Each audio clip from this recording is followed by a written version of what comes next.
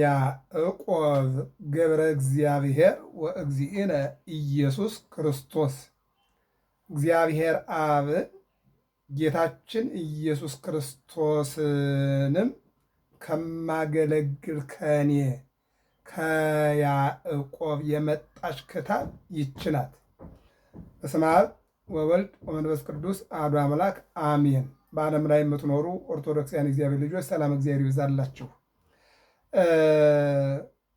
ትርጓሜ መልእክተ ያዕቆብ የያዕቆብ መልእክት ምዕራፍ 1 ትርጓሜ ጀምረናል። ዛሬ ክፍል 2 ላይ ነን። ቅዱስ ያዕቆብ ያው የሚባልበት ነገር አለ። የጌታ ወንድም ይባላል። የኢየሱስ ክርስቶስ ወንድም ይባላል። ያው ከእመቤታችን ጋራ ይልቁንም ኢየሱስ ክርስቶስን ወልዳ አብራ አሳድገዋለችና ከወንድሞቹ ጋራ የጌታ ወንድሞች ተብለው ከሚጠሩት መካከል አንዱ ነው።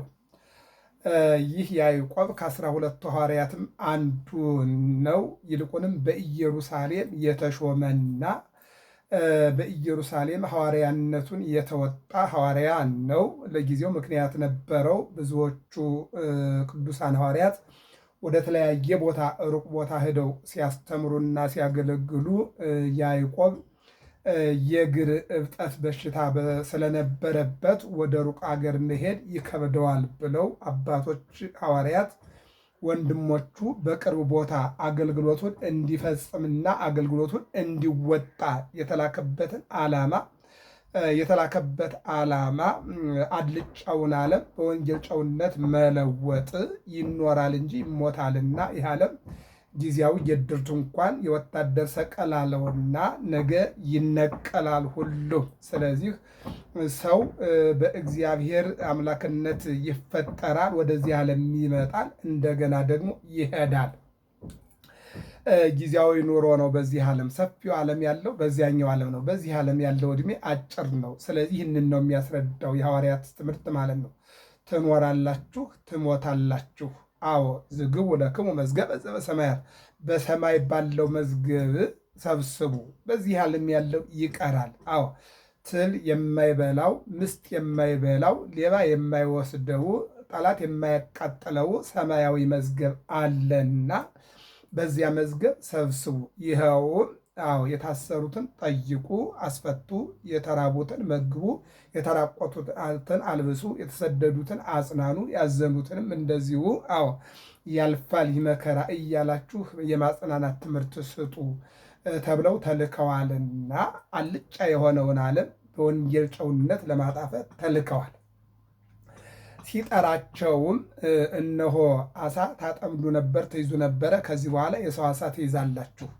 ሲጠራቸውም ከዚህ ቀደም ለዓለማዊ መንግስታት ግብር ትሰበስቡ ነበረ፣ ከዚህ በኋላ ግን ለዘላለም ንጉሥ ለመድኃኔ ዓለም ሕዝቡን ወደ በረቱ ታስገባላችሁ እያለ ስለጠራቸውና ተልኳቸውንም እንዲፈጽሙ መመሪያ ስለተሰጣቸው ሐዋርያት በየቦታው ሲዘሩና ለአገልግሎት ሲሰማሩ ቅዱስ ያዕቆብ በእግሩ በሽታ ምክንያት የኢየሩሳሌም ኤጲስቆጶስ ሆኖ እንዲያገለግል ተመርጧል። ይህ ሐዋርያ የጌታ ወንድም ይባላል። ይህ ሐዋርያ ከ12 ሐዋርያት አንዱ ነው። ይህ ሐዋርያ እነሆ በኢየሩሳሌም ሆኖ አገልግሎቱን የተወጣ ሐዋርያ ነው። ይህ ሐዋርያ አንድ መልእክት ጽፏል። 5 ምዕራፍ አለው። እንግዲህ ምንድነው ሰብዓቱ መልእክታተ ሐዋርያ ነው የሚለው። በዚህ ሐዋርያ ከግብረ ሐዋርያ ጀምሮ እስከ ራእየ ዮሐንስ ያሉ መልእክታትና ራእይን በተመለከተ ያው እየተማርን ያለ ነው። ከዚህ ቀደም ራእየ ዮሐንስን ከምዕራፍ 1 እስከ 22 ድረስ በትርጓሜ ገብረ መስቀል ሚዲያ ላይ ገብታችሁ ማየት ትችላላችሁ። ተማምረነዋል። አሁን ደግሞ የያዕቆብ መልእክት እየተማርን ያለ ነው። የያዕቆብ መልእክትና የይሁዳ መልእክት አንድ ምዕራፍ ነው ያለው። አያይዘን እንማራቸዋለንና ትናንት እምያዕቆብ ሐዋርያ ወይም እምያዕቆብ ገብረ እግዚአብሔር ወእግዚእነ ኢየሱስ ክርስቶስ፣ እግዚአብሔር አብን ጌታችን ኢየሱስ ክርስቶስንም ከማገለግል ከኔ ከያዕቆብ የመጣች ክታብ መልእክት ማለት ነው። ይህን ጀምረናል። ዛሬ ደግሞ የምንቀጥለው ከቁጥር 4 ጀምሮ ነው ማለት ነው። የጊዜ ባለቤት እግዚአብሔር አስተማሪ እግዚአብሔር ነውና እኔንም እናንተንም እንዲያስተምረን የሐዋርያትን ታሪክና የሐዋርያትን ጽሑፍ ስንማርና ስንረዳ ልንይዘው የሚገባና ልናስብ የሚገባ አንድ ነገር አለ። ተምረዋል፣ የተማሩትን ኑረዋል፣ የኖሩትን ጽፈዋል። ይህንን ያዝላቸው። በመጀመሪያ ከእግዚአብሔር ተምረዋል፣ ከመንፈስ ቅዱስ ተምረዋል፣ ከኑሮ ተምረዋል፣ ከተአምራቱ ተምረዋል፣ ከቃሉ ተምረዋል፣ ካዩት ሁሉ ነገር ተምረዋል። አዎ ከዚህ ቀጥሎ የተማሩትን ኑረዋል። ከኖሩ በኋላ ደግሞ የሰሩትን ተአምራትና ቃል ኪዳን ይልቁንም ደግሞ የተከናወነላቸውን ነገር ሁሉ በቅዱስ መጽሐፍ ዘግበው ከትበው አስቀምጠዋል ማለት ነው። ይህን እንግዲህ ስንማማር ምን ያስፈልጋል? አንደኛ መማር፣ የተማሩትን መኖር፣ የኖሩትን ደግሞ ዘግቦ ጽፎ ማስቀመጥ ለሰው ልጅ ትልቅ ታሪክ ነው ማለት ነው እና በዚህ ሁላችን የምንድናልፍ እግዚአብሔር አምላካችን መልካም ፈቃዱ ይሆንልን። ምን ይላል? ከመትኩን ፍጹማነ ወይም ከመትኩኑ ፍጹማነ ከመትኩኒ ፍጹማነ ፍጹም ትሆኝ ዘንድ ከመትኩኒ ፍጹም እንድትሆኝ ከመትኩን ፍጹም እንድትሆን አማኝ እንድትሆን ከመትኩኑ ፍጹማነ በገድል ፍጹማን ትሆኑ ዘንድ በገድል በተጋድሎ ተራራውን በመውጣት ቁልቁለቱን በመውረድ እሳቱ ላይ በመውደቅ የፈላ ውሃ ላይ በመግባት በሰይፍ በስለት በጦር በጅራፍ በድንጋይ በተለያየ መልኩ የሚመጣውን መከራ እያለፋችሁ እነሆ ፍጹማን ትሆኑ ዘንድ በምን በገድል ፍጹማን ትሆኑ ዘንድ በትሩፋት ፍጹማን ትሆኑ ዘንድ በተጋድሎ ፍጹማን ትሆኑ ዘንድ ይልቁንም ወጥዑያነ ይላል ከንድየተ ገድል ጥዑያን ትሆኑ ዘንድ ንድየተ ገድል ይገርማል። ገድል ሲባል አሁን ሰዎች የማይገባቸው ነገር አለ። አንድ ወታደር ብዙ ዓመት አገልግሎ ሲያርፍ ሀገሩን የጠበቀ ሕዝቡን የጠበቀ ታማኝ የሆነ ተብሎ ነው። አንድ ባለስልጣን ታሪክ የሚጻፍለት ከተወለደበት ጀምሮ እስካረፈበት ድረስ የሰራው መልካም ስራ ነው። መጥፎ አይጻፍም። ስለዚህ ቅዱሳን አንደኛ ምርጫቸው፣ ሁለተኛ ደግሞ አጠራራቸው፣ ሶስተኛ ኑሯቸው፣ አራተኛ ተጋድሏቸው፣ አምስተኛ እረፍታቸው ይህ ተዘግቦ ገድል ትሩፋት የሚባል ገድል የሚባለው ይሄ ነው። አዎ ለምሳሌ ገድል ስንል የገብረ መንፈስ ቅዱስ ገድል በግብፅ 300 ዘመን ህዝባቸውን ከእግዚአብሔር ጋር ማስታረቃቸው፣ ወደ ኢትዮጵያ መጥተው ደግሞ የኢትዮጵያን ህዝብ ደግሞ ከእግዚአብሔር ጋር ማስታረቃቸውና ለኢትዮጵያ ህዝብ ውለታ መስራታቸው ገድል ማለት እኮ ነው። ገድል ማለት ነው።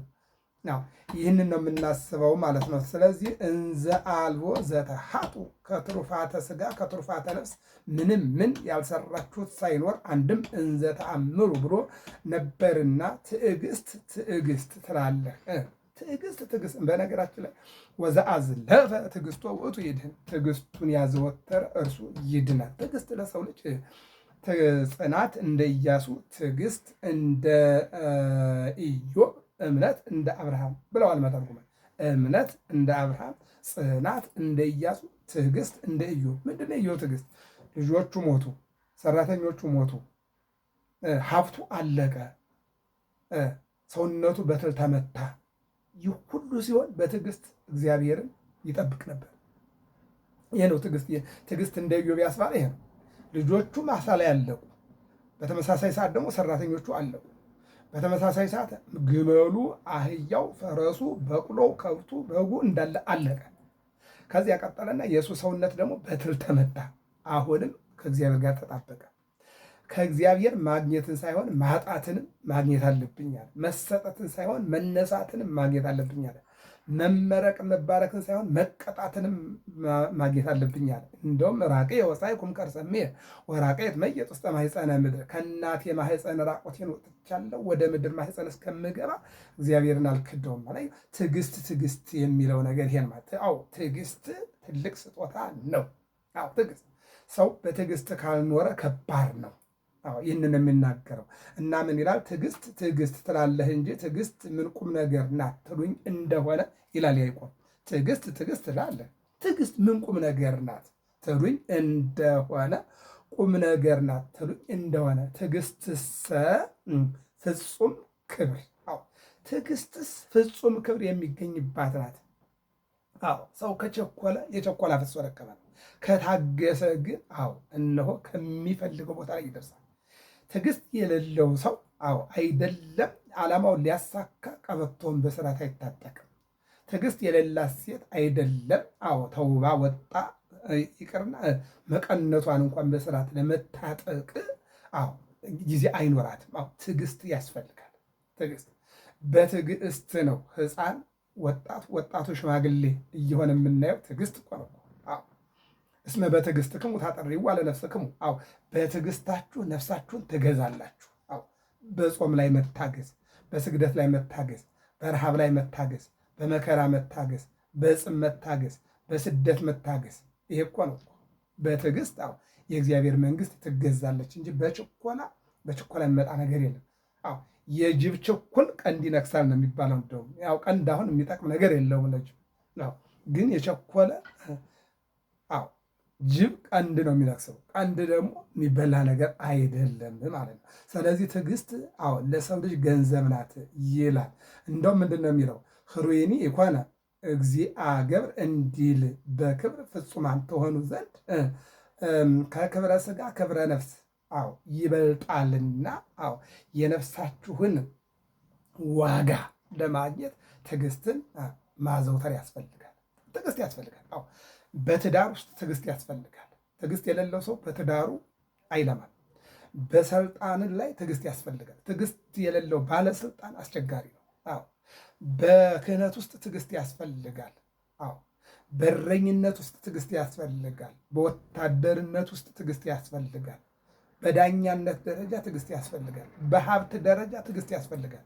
በስልጣን ደረጃ ትዕግስት ያስፈልጋል። ትዕግስት የሌለው ባለስልጣን ዋጋ የለው። ትዕግስት የሌለው ባለሀብት ዋጋ የለው። ትዕግስት የሌለው ባለትዳር ዋጋ የለው። ስለዚህ ሐዋርያው ያዕቆብ ብዙ ጊዜ የሚናገረው ስለ ትዕግስት ነው። ስለ ትዕግስት ይናገርና ቀጥሎ ምን ይላል? ወእመሰቦ ዘኃጣ ለጥበብ ለይስሐቅ ሀበ ወሀቤ እግዚአብሔር ዘይሁብ ኩሎ በስፉህ እንዘ ኢይትዔረይ ወኢይዘረኪ ይላል ቅዱስ ያዕቆብ።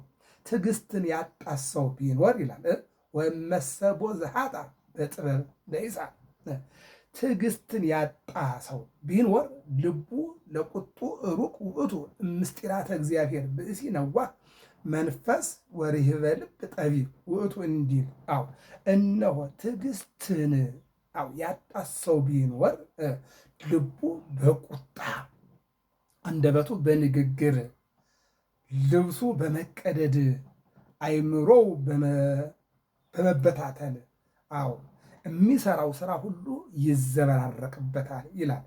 ጥበብን ያጣ ሰው ቢኖር ለሁሉ አምልቶ አስፍቶ አብዝቶ ከሚሰጥ ከእግዚአብሔር ዘንድ ይለምን። ሰሎሞን ምን ይላል? ምሳሌ 1:7 ላይ ቀዳሚሃ ለጥበብ ፈሪሃ እግዚአብሔር፣ የጥበብ መጀመሪያ እግዚአብሔርን መፍራት ነው ይላል። ጥበብን ያጣ ሰው ቢኖር ከጥበብ ባለቤት ከእግዚአብሔር ይለምን። ቅዱስ ዳዊትም ያለ ይህንን ጥበብሰ እግዚአብሔርን መፍራት የጥበብ መጀመሪያ ነው ያለ። መጀመሪያ ማን ነው? ዳዊት ነው። ከዚያ ልጁ ሶሎሞን ጨመረ። እስቲ ወደ ቅዳሴው እንምጣ። አይቴ ብሔራ ለጥበብ ዋይቴ ማሂደራ አይቴ ደወላ ወባይቴ ተረክባ ሰረፍኖታ። የጥበብ አገሯ ወዴት ነው? መንገዷስ በየት ነው? መነሻዋስ ወየት ነው? መድረሻዋስ ወዴት ነው ይልና የጥበብ ሀገሯ ወዴት ነው? መነሻዋስ የት ነው? መድረሻዋስ የት ነው ይልና ጥበብሰ መድኃኒነ ውእቱ፣ ጥበብስ እግዚአብሔር ነው። ጥበብስ መድኃኒታችን ኢየሱስ ክርስቶስ ነው። ዘብየዘወነ በንዛተ ደሙ፣ ደሙን አፈሶ ስጋውን ቆርሶ ያዳነን፣ ዓለምን ከፈጠረበት ጥበቡ ዓለምን ያዳነበት ጥበቡ ዓለምን የፈጠረበት ጥበቡ እስመ ውእቱ ይቤ ኮኑ ወውእቱ አዘዘ ተፈጥሩ ሁኑ አለ፣ ሁሉ ሆኑ፣ ተፈጠሩ አለ፣ ተፈጠሩ ይልና እስመ ውእቱ ይቤ ኮኑ፣ ሁሉም ሰማይ ከላይ ሆነ፣ ጨረቃ ፀሐይ ከዋክብት ከላይ ሆኑ፣ ከመሬት ጀርባ ደግሞ የምናየው ስነ ፍጥረት ሆነ። ይሄ በቃሉ ነው። ይልቅንም በቃሉ ሰማይን ከፈጠረበት ጥበቡ፣ ምድርን ከፈጠረበት ጥበቡ፣ እጽዋትን፣ አዝርዕትን፣ አትክልትን፣ አራዊትን፣ አዕዋፋትን ከፈጠረበት ጥበቡ የዮሐንስ ወንጌል ምዕራፍ 1 ያ ቃል ቀድሞ ነበረ፣ ቃሉ በእግዚአብሔር ዘንድ ነበረ፣ ቃሉም እግዚአብሔር ነበረ። ቃል ስጋ ሆነ፣ ያ ቃል ስጋ ሆነ። ቃልን ወደ ማኅፀነ ድንግል ማርያም አውርዶ ስጋን ከፍ አድርጎ መለኮት ከስጋ ጋር ተዋህዶ ሰው ሆኖ በመስቀል ላይ ተንጠልጥሎ ስጋውን ቆርሶ ደሙን አፍስሶ ዓለምን ማዳን ይሄ ነው ጥበብ አለ። ጥበብ ይሄ ነው አለ። ይህንን ነው የሚናገረው። ስለዚህ ጥበብ የሚጎለው ሰው ጥበብን ከሚሰጥ ከእግዚአብሔር ይጠይቅ። እግዚአብሔር የጥበብ ባለቤት ነው። እግዚአብሔር ጥበብን ያድላል። ጥበብን ያጣ ሰው ቢኖር ለሁሉ አመልቶ አስወጥቶ አብዝቶ ከሚሰጥ ከእግዚአብሔር ዘንድ ይለምን። ለይሳል እንዘ ኢይትዔየር ሳያጣ የማያጣውን ከእግዚአብሔር ዘንድ የማያጣውን ይልቁንም ሰጭ ከሆነው ከእግዚአብሔር ይለምን። ሲለምን ግን ይላል ሲለምን ለይሳል እግዚአብሔር ይልና ሲለምን ከእግዚአብሔር ይለምን ይልና ሲለምን ግን ሳያጣጥል ሳያፈናቅል